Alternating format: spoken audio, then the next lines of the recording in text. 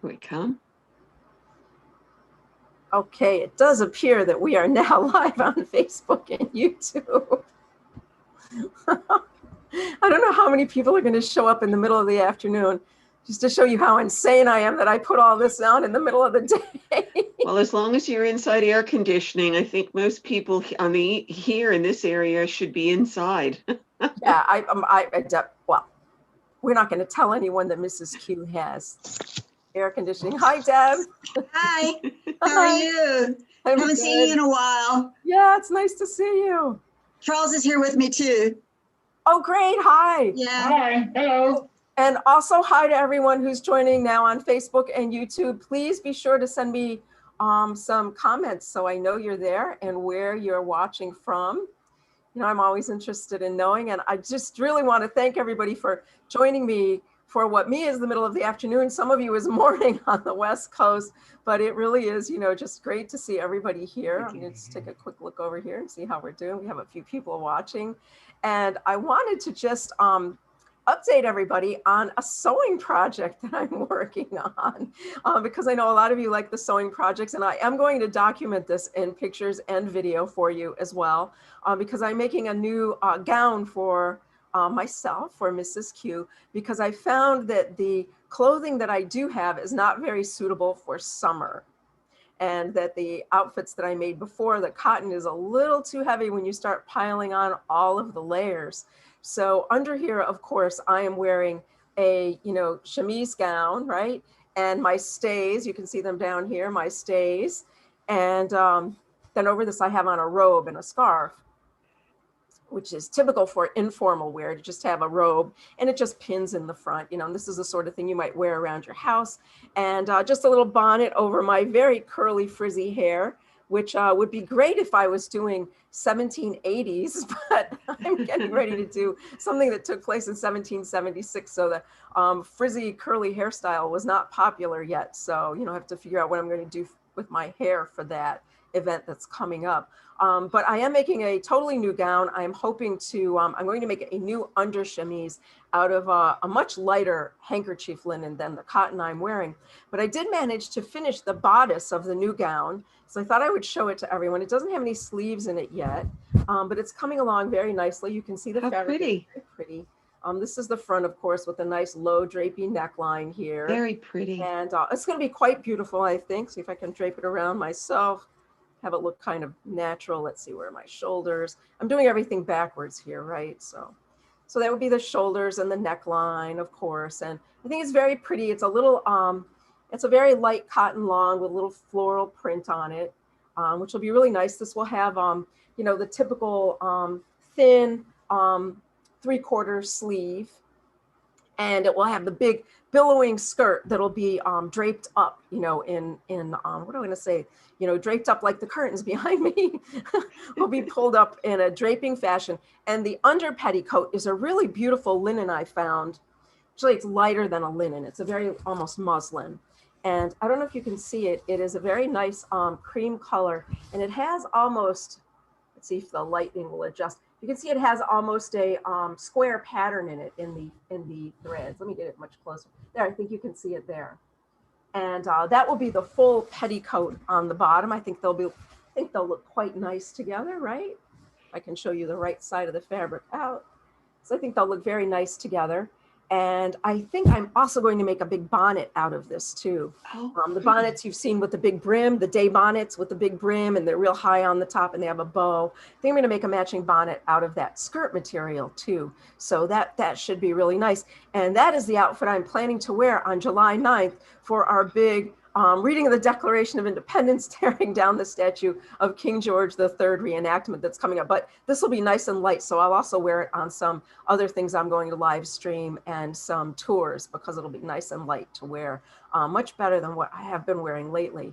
And so I wanted to just show you that, and I'll be updating with pictures and video as that gown comes along. I expect it to be really pretty, a really nice light floral print. This is closer to a period correct print, what I'm wearing here. That is not so much, but I'm not too worried about it because this reenactment is not supposed to be 100% historically accurate. So I just looked for a pattern I thought was nice, a nice floral, which would look really nice the type of gown I'm making is very tight to the stays. So unlike this, which is really draped, it'll be very tight right down to my stays, to the small waist here, and then it'll like balloon out on the sides. And I think that print is going to be really, really nice for that type of draping gown. And of course, it comes down to a point in the front, and it comes down to a point in the back so that the gown billows out nicely. And then with this nice neutral color petticoat and a bonnet, I think will look, super nice.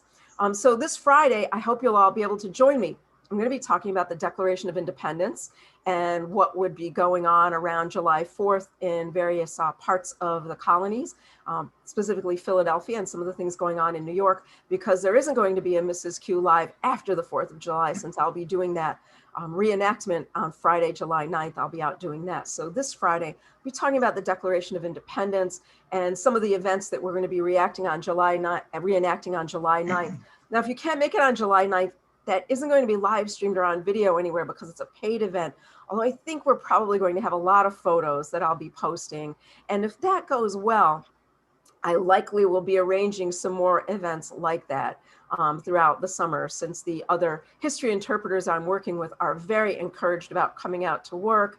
And until the historic sites open that actually want us to be there, I think we could do a few ad hoc things like this, some little reenactments and tours that personally, if I do them as part of my Patriot Tours channel, I'll sell live tickets, and I'll also sell streaming tickets so that you good. I think that would be a great idea. And I'll sell, streaming tickets. So any of you who can't come to New York. I thought I would be able to stream it or, latch onto it, but apparently not. Right. I think that's better for people because a lot of you, like Deb, you're not coming to New York anytime soon, I don't think. No, I don't think so. Ellen is right nearby, and I'm sure there's people watching on Facebook and YouTube that aren't planning to come anytime soon as well. So this makes it able for it to be live stream. Live stream tickets, you can buy a ticket, you'll get a secret link to watch the live stream, and you can watch the tour as it occurs. And I think I'm going to start doing more and more of those. And are you getting a lot of interest in your July 9th event? We were hoping it would be sold out by now, but it is not. So any of you out there watching who are going to be in the New York City area on Friday, July 9th, please head over to francistavernmuseum.org on the events page and pick up tickets to come to our July 9th event. I'll tell you a little bit I'd rather be at your event that night. I know, Ellen, you're busy, but you can come to some other things. I know you'll enjoy. You'll be there in spirit, I know. My nephew has moved to New York City, and I think he's got tickets to that event. Yay! And yes, I made sure he knew you or knew about you. And his father told me that he already had tickets. He had gotten the tickets right away. So. Excellent. Thank you. For those of you who don't know, that's Friday, July 9th. It starts at 6 p.m., which is the time the Declaration of Independence, time and date it was read in 1776. And the event is not going to happen where the reading took place. The reading took place where City Hall Park is today, and we were unable to get a permit for the park.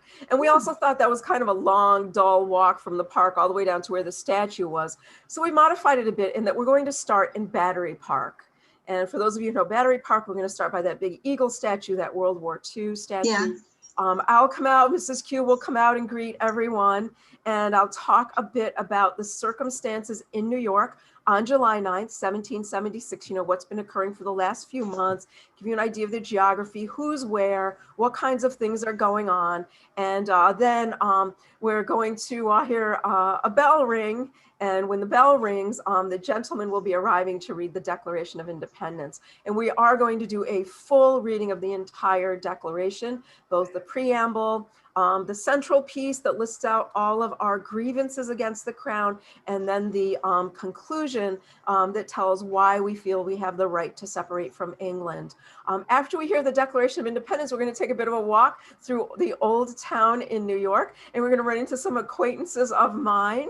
We're going to run into my friend and often customer in my shop, Mrs. Elizabeth Middleton, who is a fine lady, a very well-dressed, sophisticated lady, but you know what? She's a Tory. She's a loyalist. Goodness. And Mrs. Q and Mrs. Middleton are going to have a bit of a conversation about their differences of opinion. And I'm hoping that my good friend, Mrs. Middleton, will be able to elucidate to you that all loyalists and Tories were not crazy, horrific, evil, demonic people, but they had very sane reasons for still supporting the crown that summer. Really?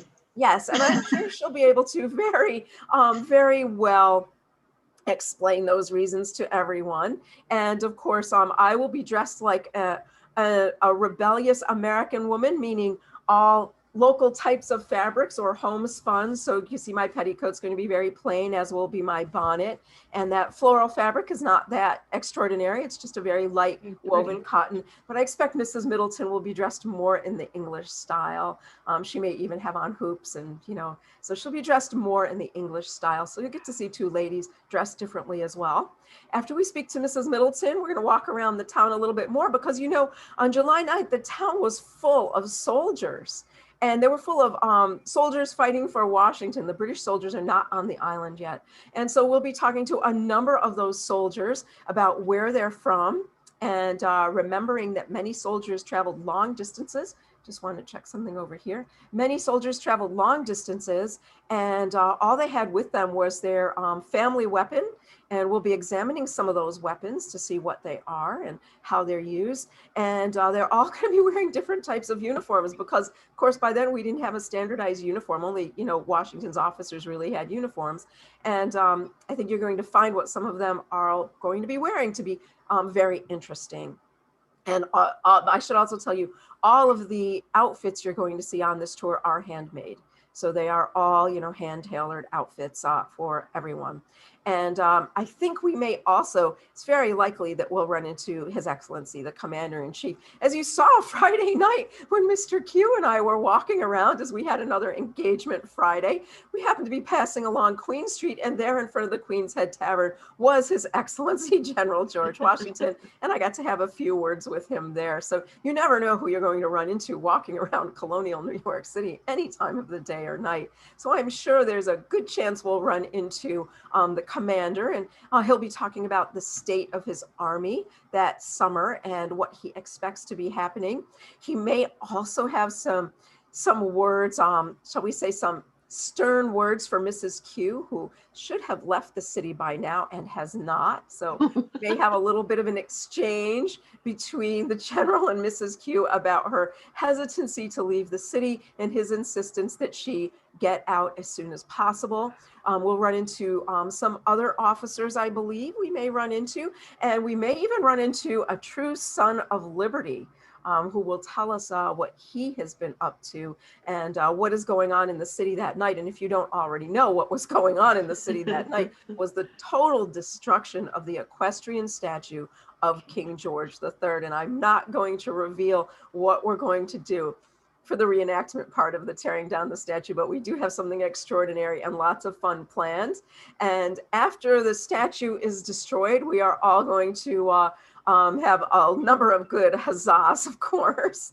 And we'll be going through the town, weaving through the town, cheering and parading. And we'll end up, of course, at Francis Tavern, where we will be toasting the commander. And drinks are complimentary for the reenactors, but not for attendees. So drinks are not included. You have to buy your own drinks for the toast. But it's to a good cause, right? Francis Tavern or Francis Tavern Museum. And I do have the original list of, I think it was 32 toasts that were offered for the general that summer. I'm sure we will not be doing all 32, but we will be doing the first few in the list as they will be comprehensible to people of your time, where many of the toasts will be completely meaningless to someone in the future. And of course, as they were toasting, as you can imagine, once they got to about the 20th toast, they started to make less and less sense. They were toasted. Yeah, yeah. The toasts were not making very much sense to anyone. They were toasting some very bizarre things. One late toast they did, though, which I think we might repeat as an early toast, was "May the generous sons of St. Patrick expel the venomous serpents of the British," on behalf of the Irish who were there. So we probably will be doing that toast, since it does make some sense. And I and Mr. Q and a few of our friends will be having dinner at Francis Tavern, and you're welcome to join us. I think some of the other reenactors or history interpreters will be joining us as well for dinner. So we'll be making a reservation in Francis Tavern for dinner after we're finished. Sounds wonderful. Great opportunity to see. I think we have, there are, I think, six interpreters with speaking roles. And I think there are 4 additional that are just going to mingle in with the group. So as we're walking between stops on the tour, you'll be welcome to talk to them, ask them who they are. My friend, Miss Vasquez, will be here from New Jersey, and you'll get to see how a sort of middle class, you might call her, or artisan class lady would be dressed from New Jersey. So she'll be coming in. You'll get to see what she's wearing, and there'll be some various other gentlemen will be there as well. So I think it's going to be, I hope, a really great time. As I mentioned, if you're in the New York City area, please come out and support it. All ticket sales go to Francis Tavern Museum. I'm not charging anything, so we're all just doing this for the museum. So please come out and support the museum in their efforts. Wonderful. All ticket sales, I'll just say as a tour guide, ticket sales in general around July 4th are slow. I usually, on a typical July 4th, have people getting in touch with me about now, begging me to get on my July 4th tour. Currently, I've sold very few tickets for it, and I am going to do it in costume on July 3rd. So I just think it's slow across the board still. And some of the headlines we're seeing from 2021 New York City don't look so good. So I'm not surprised that ticket sales are a little bit slow. But you guys in the metro area, I'm in the city nearly every day. I'm not there today, obviously, because I'm sewing, but I'm there virtually every day, and it is not as bad as the news wants you to believe. Sure. I do my tours. Downtown is relatively nice. The garbage has been picked up. There are not that many homeless people. Every day that I'm down there, I have not witnessed anyone getting robbed. I've not witnessed anyone getting stabbed. I've not witnessed anyone getting shot. So Lower Manhattan, the financial district, is safe for you to come out and see. The neighborhoods where most of this violence is taking place are not the types of neighborhoods you're going to visit. Although I am concerned that so much craziness has been going on in Times Square. But if you look at Times Square and you see kind of the presence of who is in Times Square, and the lack of policing in Times Square, and the high level of drug dealing and some other things, you won't be surprised. But the village is safe. It's a shame. Just don't go around Washington Square Park, which I'm very sad to have to say, because it's a beautiful neighborhood. Yeah, it is. You're clear of the park. We were there. The village is nice. Soho is nice. Financial district, Lower Manhattan, where we'll be, is nice. There's no fear. Nothing is going to happen to you. And, the gentlemen on the tour are going to have live weapons. There are going to be rifles and muskets on the tour.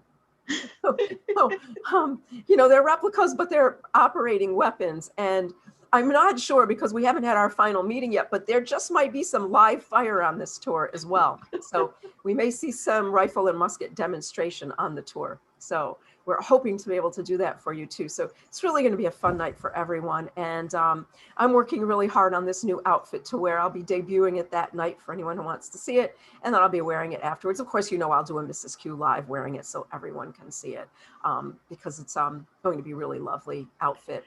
It sounds like a wonderful time. Thank you, Ellen. And as I said, I'll be arranging some more of these in Manhattan and maybe in some other places as well. That I do want to do that John Andre tour. Yeah. And I'd heard that there's going to be a big Westchester organized event around John Andre, but I haven't heard anything more about it. So I don't know if that's really happening. But I am thinking of doing my own John Andre tour. I am currently planning to do a tour of Fort Montgomery and the remains there of the old fort. And I'll be doing that as my 21st century person, because I'm not going to traipse around Fort Montgomery in an 18th century dress and cap. So I'll be doing that as my regular self. I'm planning that out now and when that will happen. And I'm also planning some other walks around New York City in costume. I'll also tell you, as soon as Trinity and St. Paul's reopen their graveyards, I am going to be doing a one-time only Mrs. Q tour of the Trinity and St. Paul's graveyards. So I will be all dressed up for that, and we will be doing a tour of those two graveyards when the graveyards open. So look for that. I think that's just going to be a one-time event, and I hope a bunch of you will come in and take it and walk around the graveyards with Mrs. Q. I'll try to schedule it at a time that people can get here on a Saturday or a Sunday, that people can get into the city and take it. And we'll pay tribute to the Revolutionary War people in both graveyards. We could do a full 2-hour tour in just the two graveyards. There's so many people there. So that's upcoming as soon as they open their doors. And that may not be until fall, but we'll do it when it happens. And nice. Let's see, does anybody have any questions or anything you'd like to see me cover? This Friday, we'll talk all about the Declaration of Independence, who voted for it, who didn't vote for it, and why, who abstained respectfully and why, and all of the intrigue going on in Philadelphia around the Declaration of Independence. Hi, Rachel. Thank you for watching. Thank you. Thank you so much. And it's for people, Rachel's joining us from California. It's for those of you who, are outside of New York and not coming, that I'm going to look for a way to do live tickets and streaming tickets to some of these events. I know there has to be technically a way to do it, and I'll figure it out so that, you can come along on the tour, and Mr. Q will live stream. Hopefully he'll remember to look at the little chat box and pass on the questions to me. He's getting a little bit better at that. So, give Mr. Q some credit. He's getting a little bit better at, operating the camera and the gimbal, and also realizing there are comments coming up on the sides. He's getting a little better at that. Someone wants to know who actually attended the reading of the document. It was Washington's army that he ordered to gather on the Commons. So his army that was based here in New York. So that would have been under all of the men under his command. And also, of course, all of the Whigs or rebels in the city of New York were there, and the Sons of Liberty. It's estimated that about 20,000 people were there on the Commons for the reading of the Declaration of Independence, the first time it was read. Now, I think it was Aaron Burr who also said he saw it read later in the day in front of the City Hall on Wall Street. So there were multiple readings of the document in different places.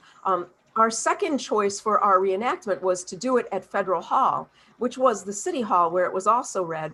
But again, Federal Hall is closed, and because of various antics going on in the Wall Street area, the whole access to even the front of the building is spontaneously closed by the NYPD, and we didn't want to risk having paid customers and the NYPD shut off access with no notice to Federal Hall. So we chose the Battery to do it because we knew that would be, with kind of the unpredictability of New York City right now, that would be the best place to gather. So it was read in a number of different places. And of course, people on my tour, I'm so sorry to say, when I say that it was July 9th that it was read, some people actually correct me and say July 4th, and I have to remind them, how long do you think it took to print all the copies and deliver them to the various cities of the colonies? There was no internet.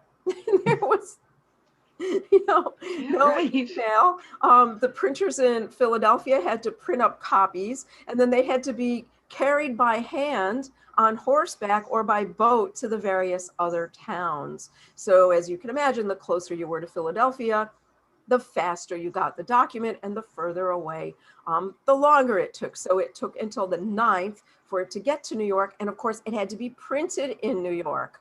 So the gentleman who printed it, John Holtz, had to lay his type, print out his copies, so that took some time as well. Let's see. Mrs. Healy was read in New Jersey on the 8th. That makes perfect sense. That it was in Trenton, Philadelphia before it was in New York. Makes perfect sense. And Mrs. Felder says, oh, his nephew's name, her nephew's name. Okay, I'll check. I'll look for them. I don't have the ticket list. Francis Tavern does, but I can look at it tomorrow when I'm down there for some planning. So please don't make the mistake of thinking that it was July 4th, that it was read throughout the colonies, as it was not, as it took time for it to travel. And of course, I think it was a couple days later, even until Boston. And then, of course, as it moved through the South, the further away it was. So it took some time for it to move around and travel around. And it also took some time to be signed, right? That July 4th copy was not signed yet by everyone. And the names were not made available on that copy either, for obvious reasons. The printer in New York who printed it, Mr. John Holt, was then put under threat of death for printing it, as every printer who printed the Declaration was declared at treason, committing treason, and they were ordered to be put to death by the British military. Every printer who printed it risked their life as well. And Mr. Holt fled New York City and spent most of the war in a town called Poughkeepsie, and then returned after the war and went back to printing in New York. So let's remember all of those great printers who were brave enough to print and distribute that document. And I had someone on a tour on Friday who asked me if it was true that there is an original copy in New York City. And yes, there is. It is in the rare document and manuscripts division of the New York Public Library, who usually puts it on display at this time of year, but they're still not open to the public. So this year, I don't think there'll be an opportunity to see it, but they usually have, and I think it is a John Holt copy, usually have that out. And maybe some of you have even seen it. I've had customers who've seen it. So that generally is out, but won't be out this year. I will probably on July 4th be posting just a PDF of that John Holt's copy so that you can all see what it looked like. That copy he printed on July 9th. So let me see. Someone's grandmother was a member of Trinity Church. Excellent. And I wonder if you know if she's buried in the graveyard. If so, I can find the grave for you. Let's see. It has changed quite a lot since that time. Although the area we're going to be walking through on our little July 9th tour has, you know, at least layout wise has not changed, right? The Battery is still there. We'll be passing by where Fort George was, and there is a building where Fort George was that we'll talk about. And the Bowling Green, of course, is still there where the statue was torn down. So the Bowling Green is still there. And of course, Francis Tavern is still there.